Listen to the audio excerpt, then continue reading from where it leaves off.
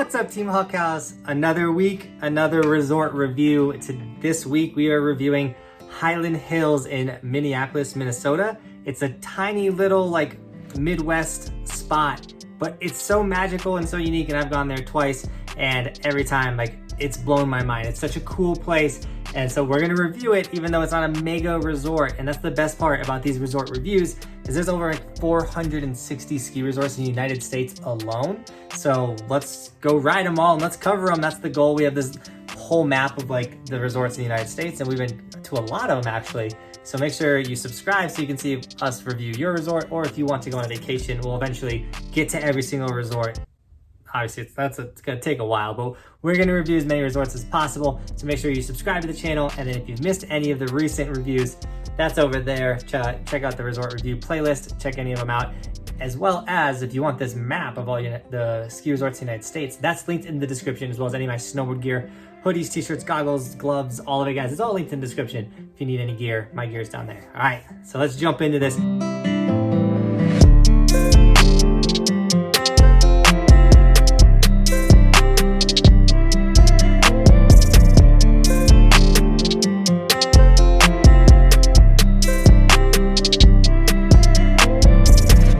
The structure of the resort review is we have 10 categories. Each category is rated 0 to 10. 0 being not applicable, they don't have it. 1 is terrible, 5 is average, and 10 is best in the world. So that's how we're gonna like rate things like the lifts and the runs and the park and things like that. And then at the end of the video, they get an all-time score. And with that score, you know how good the resort is. Is it above average?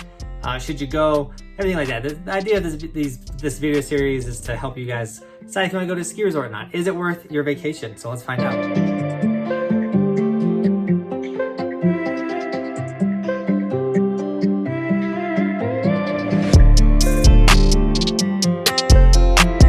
We're gonna start with the lift prices. How affordable is it to go there? And with a season pass coming in at $479, that's actually pretty cheap for, or around average for an Indy pass. Like if you were gonna buy it, it's like the same price of buying a pass for Arapahoe Basin. And then a day pass, the 2 times I went was like $35 for a day pass. So going for the day is not a bad price. And they do like a morning price and an afternoon price, then a full day price, because they run like all day long. So the prices are definitely average. Compared to Colorado, a $35 lift ticket is like, what? That's insane.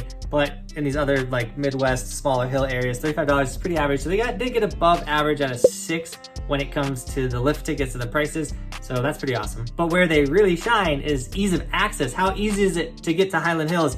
And it's super easy. Every time I fly to Minnesota in the winter, I try to go to Hyland because it's really close to the airport. It's like at max 30 minutes from the airport. They have parking like right in front of the lodge. I've never had issues just driving straight to the resort, parking the car, getting out and going and riding the little hill. Super easy to get there, whether you're driving or flying. And so that's why they got an 8 when it comes to ease of access. You can get to Hyland super easy. Now lodging, if you flew to Minnesota to go to Hyland Hills, which people would think you're crazy to do that, they don't offer any lodging. It's more of like if you live in Minneapolis or you're in Minnesota, you can go to Hyland and rip the park and stuff like that. So they don't offer lodging. So they did get a 0 on lodging. Not saying there aren't hotels and things that you can stay at around it, but they don't have a lot. You know what I'm saying? It's a 0. They don't have it. Now, when a ski resort has a lift for every 2 runs, it's gonna get a good score on the lifts, right? It's got to.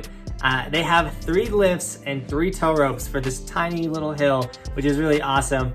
And you kind of don't really, you probably could do tow ropes everywhere, but they got chairlifts for you guys, which is nice. It saves the arms. So when it comes to chairlifts, they got a 7. No gondola, which that would be absurd if they had a gondola. No bubbles, just average chairlifts.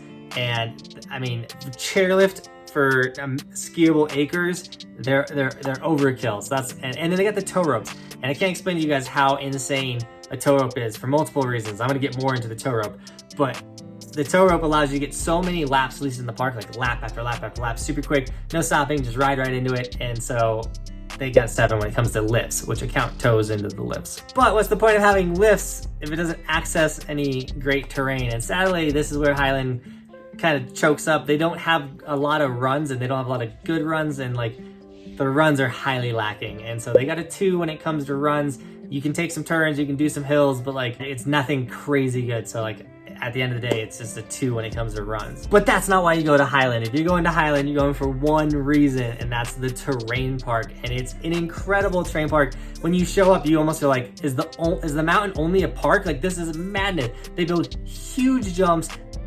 They put small jumps in. They have rails everywhere. They have a tow rope with 2 sides. I don't know if it counts as 2 separate tow ropes, but they have 2 tow ropes that get you both sides of the park, so the big side and the little side.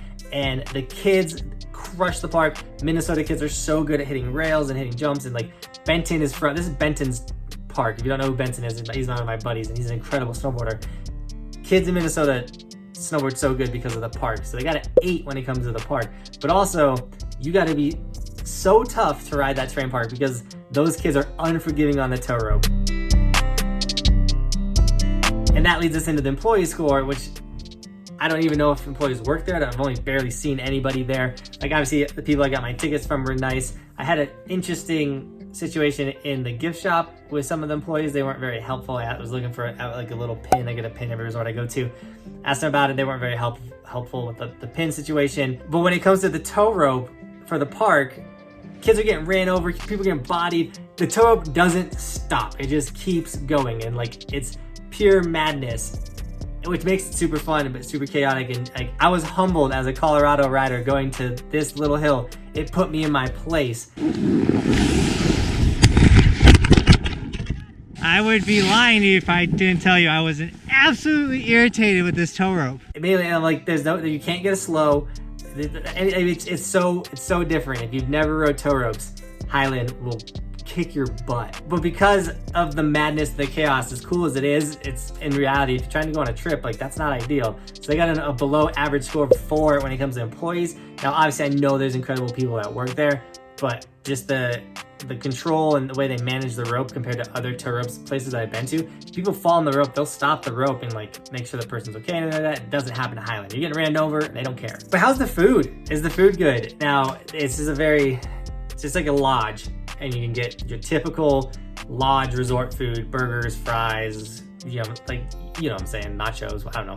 So the food is pretty average. I had to try their French fries because according to Benton, Hyland has the most magical fries of all time, and there's a rumor that the lodge at the bottom of the hill was purchased on fry money alone, which I don't know if that's true or not, but it's cool to hear the local stories. But despite them having the best fries in the world, according to Benton, it got a 5, very average food when you go there. You're not getting anything special. You're not gonna sit down at a sit-down restaurant, anything like that. You're getting your typical lodge food. Views and scenery though, this is a really cool thing about snowboarding at Hyland, is you get to look at the Twin Cities the whole time you're riding. So the view is actually pretty incredible. You're not super high in the air, you're not looking down at most stuff, but when you're snowboarding, you literally feel like you're in a city, which is like an incredible feeling because there's not many places in the world where you're inside of a city snowboarding and you can see it. Because big snow in New Jersey, you're definitely inside a city snowboarding, but you can't see it. You're inside of a box. But here, you're seeing skyscrapers and you're seeing 2 different cities, and it's really cool. So Hyland got a 6 when it came to scenery. Not like the best scenery in the whole world, but it's pretty sick. It's unique for sure. And at the top of the score, what Hyland scored the best at is the last category. Would I go back? And I would absolutely go back because I've gone to a lot of places. I've snowboarded so many places, and the feeling and the experience at Hyland is unlike any other. And that's not just because every time I show up, 100 kids mob me and they're so hyped that I'm there and we get this huge crew going and the vibe is incredible. But where else can you get ran over and no one cares, get so many park laps? It's such a manic and insane experience that it's like addicting in a way, because you're like, dude, I can show up to this resort and do whatever I want. They lit a couch on fire on the ski resort. Like, what? Who is allowed to do that? When is that? Like, it's insane. So Hyland, would I go back? Yes. But would I bring my family? I don't know. I don't know. But they got a 9 on the would I go back. It's a unicorn. It's one of the tow rope places, I feel like, little tiny parks that is unlike anything else. You got to be tough. The 5-year-olds that ride Hyland are probably the toughest people on the planet, and it makes sense why Benton is the way Benton is. And if you watch the vlogs, you know what I'm talking about. But dude, Hyland is a magical place, and I highly recommend it. If you love park, you want to be humbled, you don't mind getting ran over by a 5-year-old, you got to check out Hyland.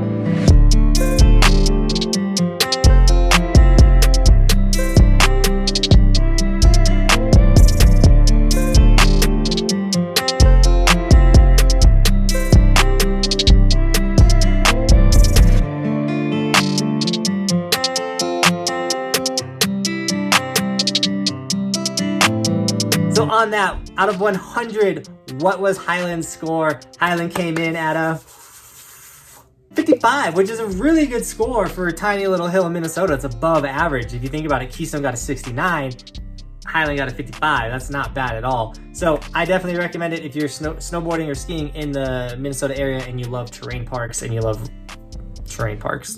But if you're not interested in terrain parks, once again, check out the playlist. We did North Star, Keystone, and we did Big Snow in New Jersey. And obviously more of these videos are gonna be coming. So if you like the review though, smash the like button, share the video if you want. Let me know locals, how'd I do?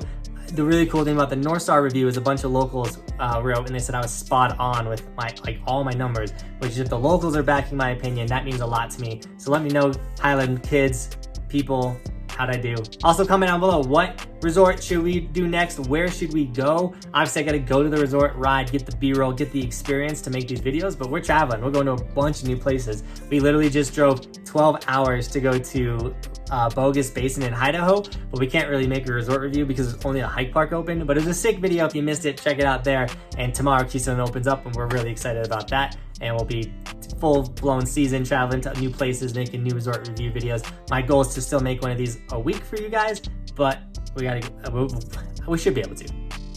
There's a lot of resorts, there's a lot of weeks. We gotta just make sure we're going to new places. But also, if you want me to go to new resorts, that stuff costs money. So any of the Evolution merch, hoodies, t-shirts, long sleeves, Evolution stickers, guys, all of the merch is linked in the description. If you snag any of it, tag me on Instagram and I'll give you guys gear and sticker shoutouts. But also, make sure you follow my Instagram. I post a bunch of behind the scenes content. This is how you're gonna know where I'm going on trips if you wanna meet me up at your tiny hill if I'm there snowboarding, as well as just I post a bunch of behind the scenes extra content. So make sure you're following the Instagram because you don't wanna miss out on extra content. Like that's so sick. Plus we're almost to 10,000 followers on Instagram, which is huge for a content creator because that means you get swipe up and then I can link you guys to things like the Keystone reservations drop today and I can have you guys swipe up to the Keystone reservation.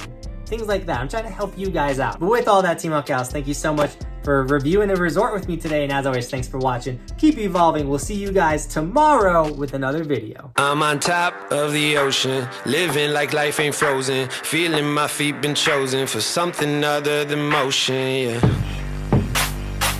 Mama told me I'ma be somebody. I ain't never gonna need nobody, no, no. I ain't never gonna... Oh!